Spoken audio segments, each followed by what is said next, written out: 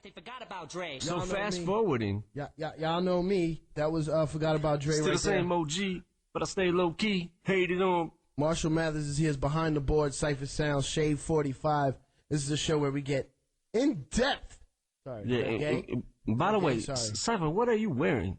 What is that? This is like a teal, like a turquoise or a teal. Oh, come on, man. You trying to bring that back in? I'm just, I do the bright colors. I'm on TV now. Well, actually not back in, but you're trying to bring that color in? Bring it turquoise? In. It's a leftover shit from the spring. So listen, when you write for Dre... You're trying to match my eyes. Aww. How was it, The white boy so with the blonde... fucking gay! The white boy with the blonde hair and blue eyes. Oh, my God. So when I stopped rapping like Big Bird... Yeah. And you came back to life. Yeah. As Marshall Mathers, a.k.a. Slim Shady. And I actually I learned how to punch. Like, I understood the meaning of punching. Not having to do songs in one take. Yeah. So, I believe, I'm not sure if it was that. I know I did it all the way through. What do you say to NW? What do you say to somebody you hate? Anyone trying to bring trouble your way? I know I did it all the way through and didn't punch, but I must have did that verse like 4 or 5 times before I felt like I got it right. Well, yeah, Forgot About Dre. Let me take it up a bit. Because obviously you worked on the Chronic 2001 album. You went on the Up in Smoke tour, which was crazy. Then you starred in a movie called 8 Mile. What's that? Check this out. It's a story of a Detroit rapper's struggle to make it. And you recorded an original soundtrack to accompany the film, which featured the song Lose Yourself. Now, is the movie is semi-autobiographical, right? Yes, semi-automatic. Semi-autobiographical. Yeah, because you nailed it. Because really, like, if we'd have took it from my real life, probably would have been a rated X movie. Right. Lots of sex and drugs. Not lots of sex, maybe lots of drugs. Some sex. Some sex, probably. Yeah, not me. I was reading here. It said I didn't get my groove on until I was 15. Okay, that's good. That's a good age. You know what I'm saying? It says you came up with the beat. If my kids are listening to this, Dad did not do anything until we had Haley. Right. That was the first time you did it. Yeah. Good for you, man. Did anything before the stork came down and dropped you off. Can I ask you about Lose Yourself? Legend has it that you came up with the beat and the lyrics for Lose Yourself while you were on the set of the movie in Detroit. Is that true? Yeah. That brings me back to a time that I don't ever want to do again. Why? What? Movies? Because... Not saying I won't ever do another movie again, but not a movie where I'm in every single scene. Right. Because, like, there's a thing called getting your feet wet, like, just jumping into a movie, like, and having a couple of scenes where you're doing some, you know what I mean, where it's like it's not all about you. Yeah. But you had videos. That's what videos were for. You did videos and then you did a movie. Yeah. And which is one thing, I think I heard Ice Cube say one time, like if you can rap, you should be able to act, because a lot of that is, a lot of acting goes into rap, like into your videos and stuff like that. You know what I'm saying? Like, not to say that what most people rap about is fictitious or whatever. You pretty much know when somebody's fucking around on the record and when they're joking and when they're serious, which is pretty much not even a thin line. There's pretty much what do you call it? It's a whole separate entity. Like when I rap, like when I'm for real, like you could tell. Yeah, you can definitely tell. If I'm pissed off, like really pissed off for real, or if I'm rapping, to be funny or whatever. Like there's no really in between. I don't think it's just. People definitely know the difference. But so you're on the set of 8 Mile, and what you're sitting on in your trailer or something, and you come up with a beat? We had the workout trailer. We had the trailer where I could see my kids. We had the trailer where my niece and my daughter, we had that trailer, and then we had the music trailer. There was a music trailer there. Yeah, there was a music trailer. You were recording while you were shooting a movie. Yeah, and I was also writing while I was, like, I would memorize the scene first. The scene was memorized. Then I would sit down for a little while, like if they were taking a minute to set up lighting or whatever, and I would write more. And pretty much write more songs or write for the movie? Write songs for the movie, and I was writing songs for the Eminem show. Okay. But Lose Yourself, you were right on the set. Yeah, Lose Yourself, I felt like I had to make that song and the song 8 Mile Road. I had to make those songs while I was in the movie, because once I stepped out of that movie, then I would just be thinking back to, you know what I'm saying? I wouldn't feel like I was in it. Yeah. That's so crazy pressure, though, to write the soundtrack and act in the movie at the same time. Oh, yeah, in the soundtrack, too. Yeah, we did the soundtrack at the same time. That's why I say it was this crazy combination of all these things that I was working on at once. I wasn't just working on one thing. And then, you know, I remember being up at 5:30 in the morning. Like 5:30 in the morning, I'm running on the treadmill, and then I'm in the weight trailer, and then I run over, eat some breakfast or whatever, a little bit, and then go to wardrobe or whatever, and then go into the scene with pen and pad and all that, and I would literally write and put the pen down. And when they said, all right, camera set, put the pen down, then action. So you didn't have the script? You didn't get confused with writing rhymes and then you had to say part of the script at that point? That would have been some funny shit. Going to the scene, one of the scenes. His palms are sweaty, knees weak, arms are heavy, there's vomit on his sweater already. Cut. Oh, shit, I'm sorry, my bad. That's what I just wrote. What were my lines again? Well, what about, so you did the movie, you did the soundtrack, Lose Yourself, obviously a big song. Were you watching the Oscars the night Lose Yourself won for best song? No, I actually wasn't. I was sleeping that night. And you were sleeping during the Oscars when you won an Oscar? I just felt like I had no chance of winning because, when I heard I was nominated, like I thought that was for actors, like. Right.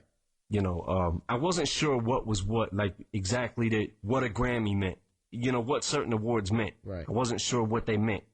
So, even the MTV awards, all that stuff, like I just didn't know what awards meant. But this particular award, I didn't go to the award show. I just felt like I had a snowball's chance in hell of especially that's a good expression. I just made that up. Yeah, it's good. It's nice. Snowball's chance in hell, yeah. Because the Oscars are obviously for mostly for movies and acting.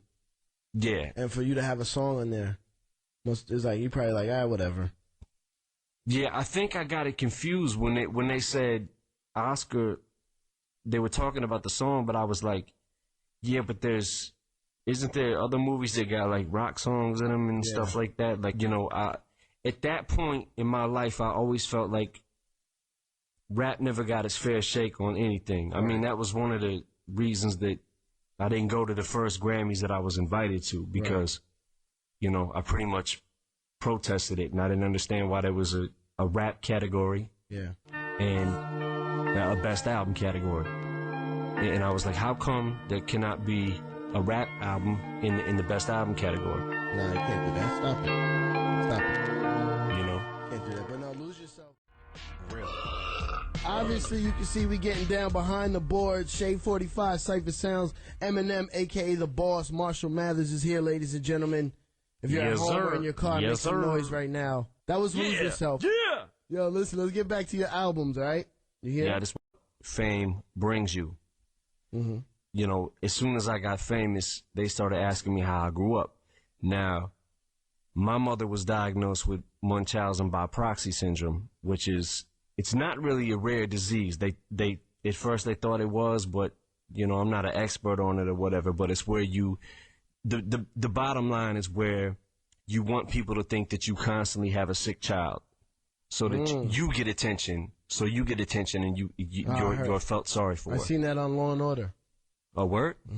Yeah. Well, I come from a product of that, and my little brother comes from a product of that, and me being able to be old enough to watch him go through that, realizing what I must have went through, and was too young to remember it. Right.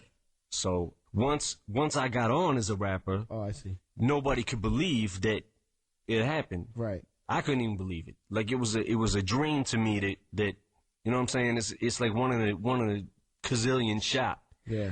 Especially, I guess, the odds of a white boy actually making it in rap and being authentic and being, actually having. So you make a career like you had.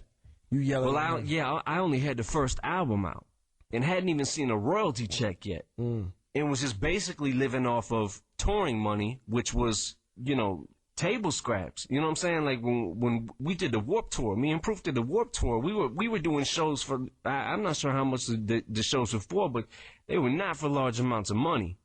Right. You know what I'm saying? And she comes along with this lawsuit. I get handed this lawsuit. I'm at an autograph signing, and this dude goes to hand me a paper. Security tackles him. He tries to throw it at me.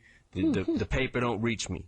Right? So then I'm back on Chalmers at Kim's mother's house, her old house. I'm back there. I'm staying there, and the sheriff knocks at the door, hands me the paper. Giving you paperwork like for the like you've been served. Right. You've been served for a $10 million lawsuit. And I'm like, and at that point in my life, and not even making it, I was still making the second album, and talk about like sophomore jinx. I'm like, if this album ain't the shit, you know what I'm saying? And I don't make, like, that's how I was treating my money. Right. Like, when royalty checks would come in, just keep them in the bank. Don't spend nothing. Act like good. My first album was the only money I would ever make. Right.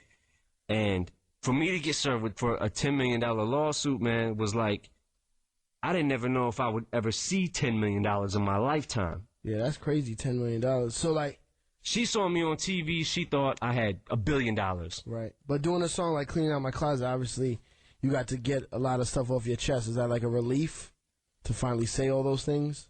Yeah, it was. And the fact that there's not as much bickering because, it's been proven and people have checked the background and they know. So she really has to she can't really say anything anymore. You know what I'm saying? It's like, Vanilla Ice's background, when he tried to lie about it and everybody found out about it. Right. When they did the research on this was a real thing. You know what I'm saying? Like, my mother was diagnosed with this. This was a disease. Right. So the things you said on the song, people might be like, oh, how could he talk about his mother like that? And then when they go back and do research on it, you see it's obviously... If they lived the life I lived, that's why I said 8 Mile would have to be just a whole... No one would believe 8 Mile at all. Nobody would believe, because my real life story, I really feel like, is a movie, but it would have to be a movie like... I don't think anybody would believe it. You know what I'm saying? Some of the things that I really went through, I don't think anybody would believe. But anyways, this was a relief for me to get it out in a way, and, like therapeutically. And on the Eminem show, you did a lot of production on there. You stepped up as a producer. So let me play this song now. Let's play Cleaning Out My Closet off the Eminem show. Came out 2002. It's Cypher Sound, Shade 45, Behind the Boards. Eminem is here live, people. Let's go. And that's what I got into producing, too, also. So suck it, Marshall. Where's my snare? I have no snare in my head. Yeah. You know what it is? That's Cleaning Out My Closet, Shade 45. Cypher Sounds is here. Eminem is here. It's called Behind the Boards. I'm actually getting... You all right? I'm actually getting into the actual songs that Eminem is. Did you smell that? Yeah, it's nasty. Eminem actually produced, wrote, rapped. We're like 20 feet away. Nah, 14 feet away. Nah, it's not right though. You can smell it from there. You do what you do. The room's airtight. It's sealed. Word up. The stench will linger forever. But the next guy who comes in here will know Eminem. Eminem was in the building. He'll bask in it. I was in the building, bask in my nastiness. Oh man! So yeah, in the last break we mentioned that obviously you produced most of the Eminem show yourself. I think I just shit my pants. That's nasty. I'm sorry. Anyways, yeah, Eminem the producer. I'll deal with it. You know Eminem the producer, right? Yeah.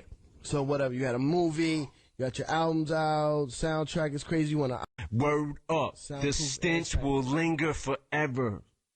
But the next guy who comes in here will know Eminem.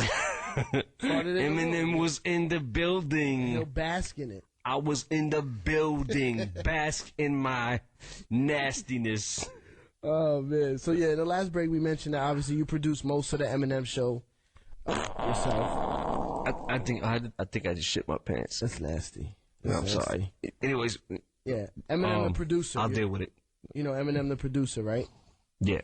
So whatever, you had a movie, you got your albums out, soundtrack is crazy, you won an Oscar. Then you decide to do something crazy. You signed 50 Cent to Shady Records.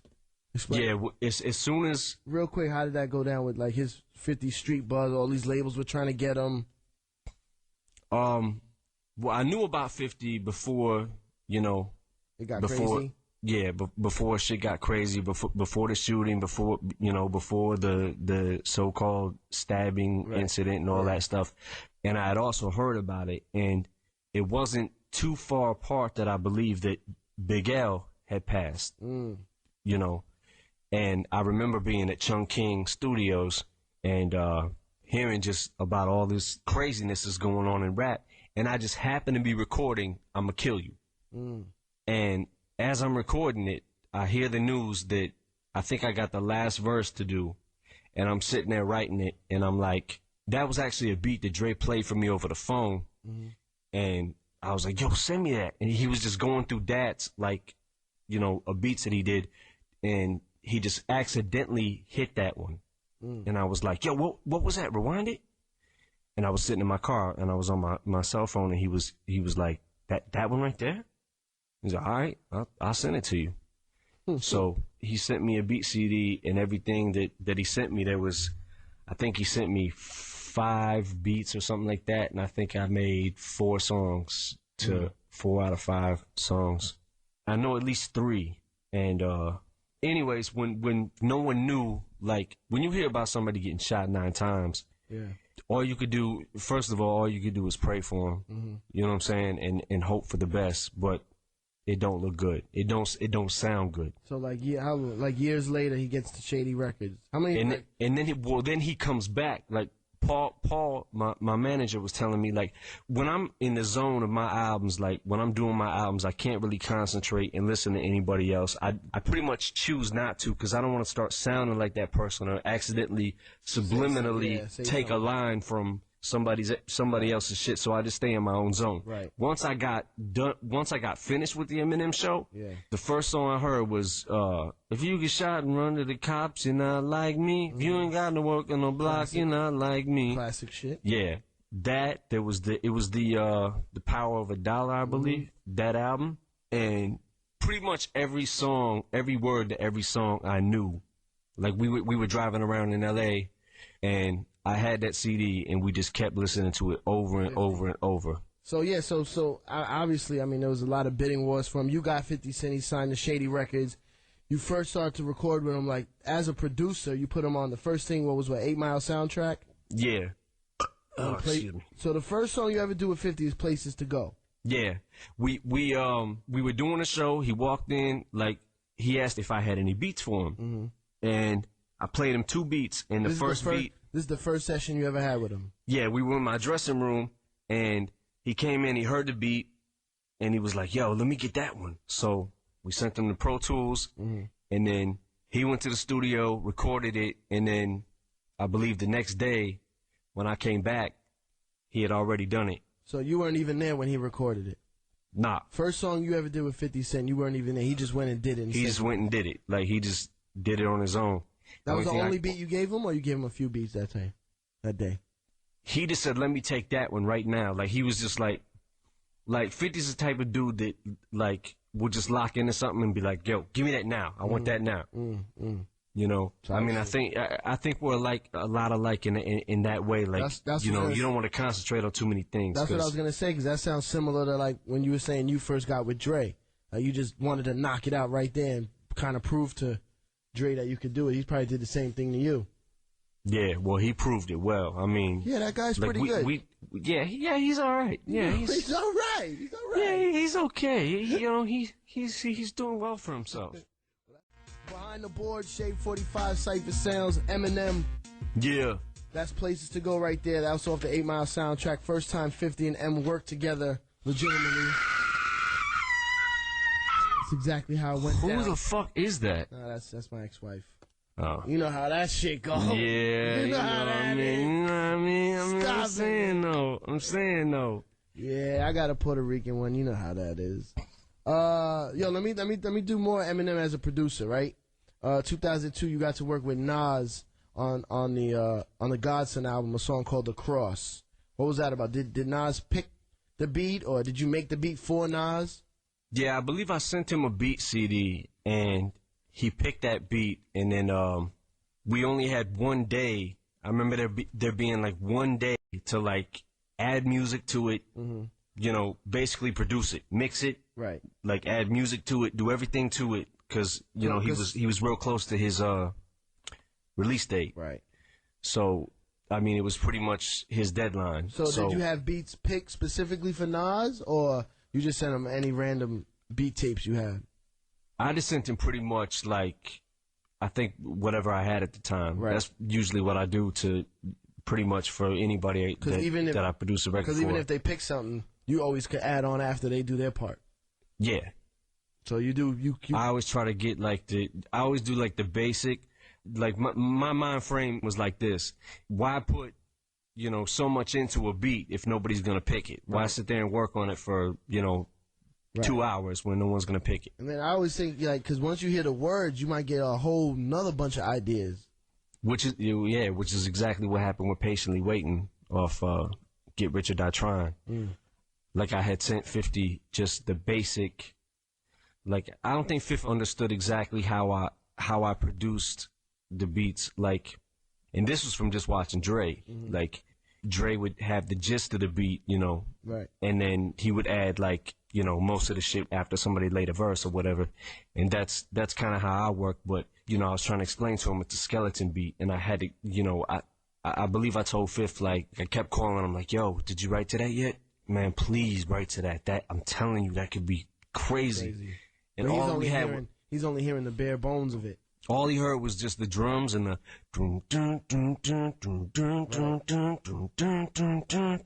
and then when he put a verse in the chorus, he came to Detroit and he played it for me. And it's I believe I sent it back. I had it. There was a little intro on it. Yeah.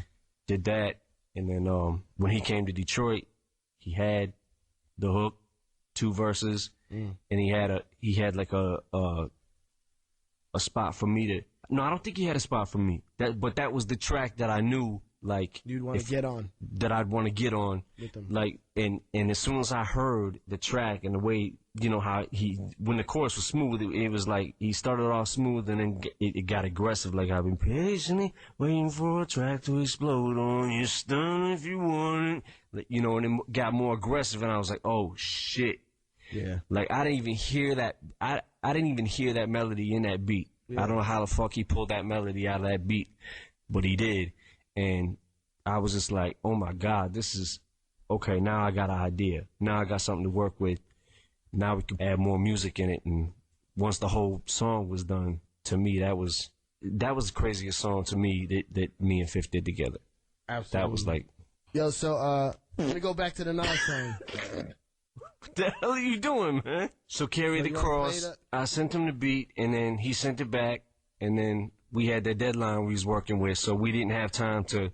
If I could go back, I would have, like, I know I would have probably wanted to put a little more music in the track, but so you didn't even get to time work was with him. limited. So he sent back his vocals, and then you made the music around. Yeah, we didn't get a chance to be in the studio together, you know, either, and actually vibe to it. He had to kind of like put his trust in me, just as far as like, you know.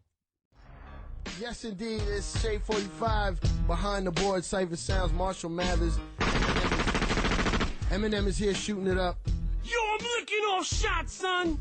That's crazy you say that, because I got to talk to you about something spectacular that you did. You did a song called Running, Dying to Live, Tupac Resurrection soundtrack.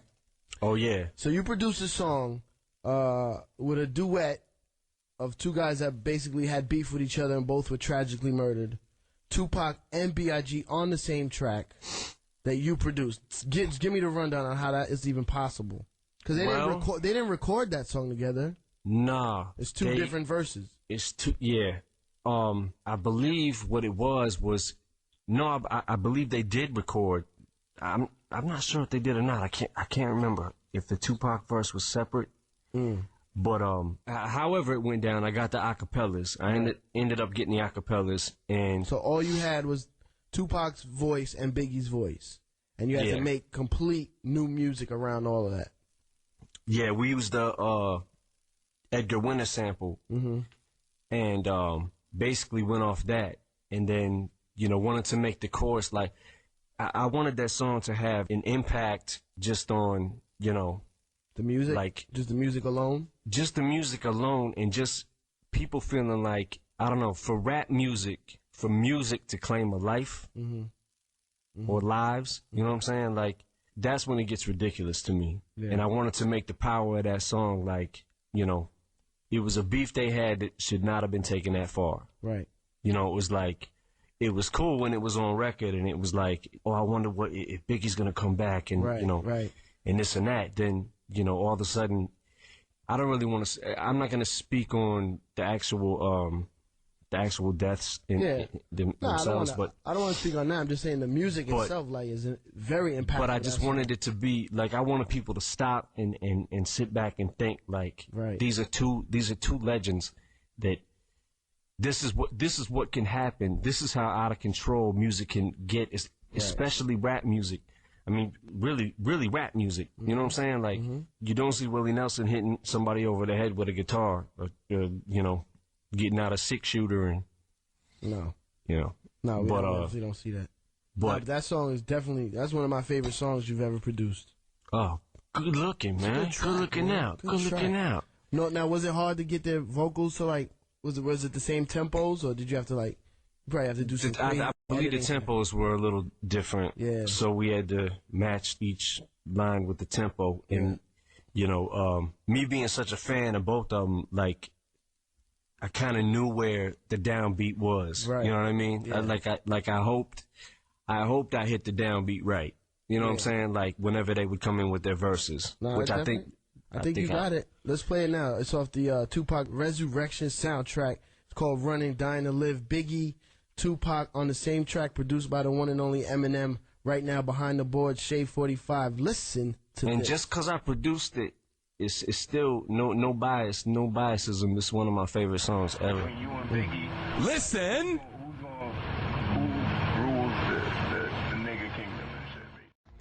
That right there is Running, Dying to Live, of course, Tupac, Biggie, produced by Eminem. But we're behind the boards right now on Shade 45 Cypher Sounds.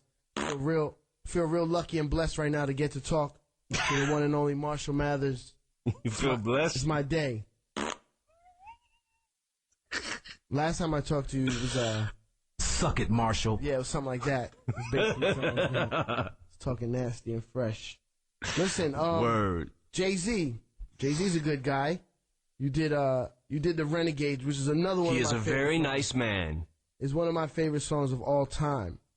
Word. I don't even want to ask you about that. I'm asking you about Moment of Clarity, because at the time on the Jay-Z's The Black album, he was saying that was his last album ever. Now we know obviously he came out with other stuff after that, but at the time when he was telling you this is my last album, he wanted you to make something. How did that go down? Did you make the beats specifically for him? I actually met with him in New York, and I played him basically what I had been working on, like beats that just in general. Yeah, and he picked that one, and we ended up going back to Detroit. He sent it to me. I wasn't there while he recorded it, but he sent it to me pretty much that same week. Sent it to me, and I don't know if I was really feeling that beat until he put words to it. You know what I'm saying? Then all of a sudden it became this, like, Jay-Z has that ability to take things that you don't think the beat is good if you just listen to it, like, if you just hear the beat. But once he puts words to it, it's like, it becomes it takes on this whole other. Yeah, he told me he tries to look for beats like that. He told me he does that on purpose, so that he makes the entire, like, he's like, the beat's all right, but then when he gets on, he turns it into something crazy. Yeah, he turned the beat incredible. Like, it made me feel like, exactly what he was saying, and you know, there was a couple lines that, you know, I went in the booth and did ad-libs on, like, because I felt like the lines were so powerful that, you know what I'm saying, that he was saying, you know, so I went in the booth myself and was like, woo! Like, you know, like. Do you wish you were in the studio with him? Like, when you did Renegades, were you in the studio with him? Actually, Renegade was a song that originally wasn't intended for Jay-Z at first. There was a beat that I had made. I knew Jay-Z had been calling to do a song together. We were talking about doing a song together, and the beat that I wanted to do with him was in L.A. And it got left in L.A. by accident. So you need better management. You need better management. Yeah. Well, tell me about it. Paul Rosenberg is fired. So you had to come up. So then you found this song. Yeah, you're fired too. Yeah. So basically, we had the basic gist of that beat. There was no strings in there. It was just the skeleton of it. Right. And I was like, all right, well, he was approaching his deadline.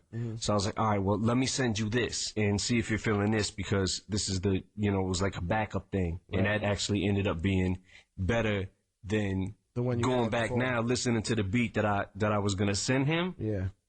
And rap over it was like, nah, it would never compare to Renegade. Like, but now, you're both very ill lyricists. Do you ever wish you could be in the studio and like write back to back like a song crazy? Yeah, there's a lot of artists that when I produce for them, like, I definitely feel like the records would probably come out better if we were sitting there actually, you know, bouncing ideas off each other and stuff like that. But sometimes you don't have the luxury of doing that, you know. Well, you guys are superstars traveling the world, you know. It's crazy. I just had a moment of clarity. Oh, my life sucks right now. But you know what? Let's play the song. Moment of clarity. Your life don't suck. I'm telling you, I seen you in this magazine, man. I seen you in this magazine. I don't know which one it was. Me neither. I'm not sure. That's what it is. Shade 45, Behind the Boards. That was Toy Soldiers. Sitting back and sucking it. What is it, Poopy? That's what you're talking about? Yeah, we was talking about Poopy. You know you guys are grown men, right? Yeah. Just so you know. Men laughing at fart jokes. Endless fart jokes, mind you. Endless. I only got one more song, man. We're Behind the Boards. Shade 45, Cypher Sounds, Marshall Mathers, a.k.a. Eminem is here. Another big record. This record is a little, actually, I think, unorthodox for you. You produced a song for my man Akon. It's called Smack That, Grammy nominated. How'd you hook up with Akon to do that song? Because I've never seen you. That beat's like 120 BPMs, right? It was Grammy nominated? Yeah. You need better management. You should know these things. I didn't know that. Grammy nominated, yeah. We didn't win then. I'm not sure. No, it didn't happen. I know that it had the highest Billboard leap. Really? It was from like 79 to number 7 in a week.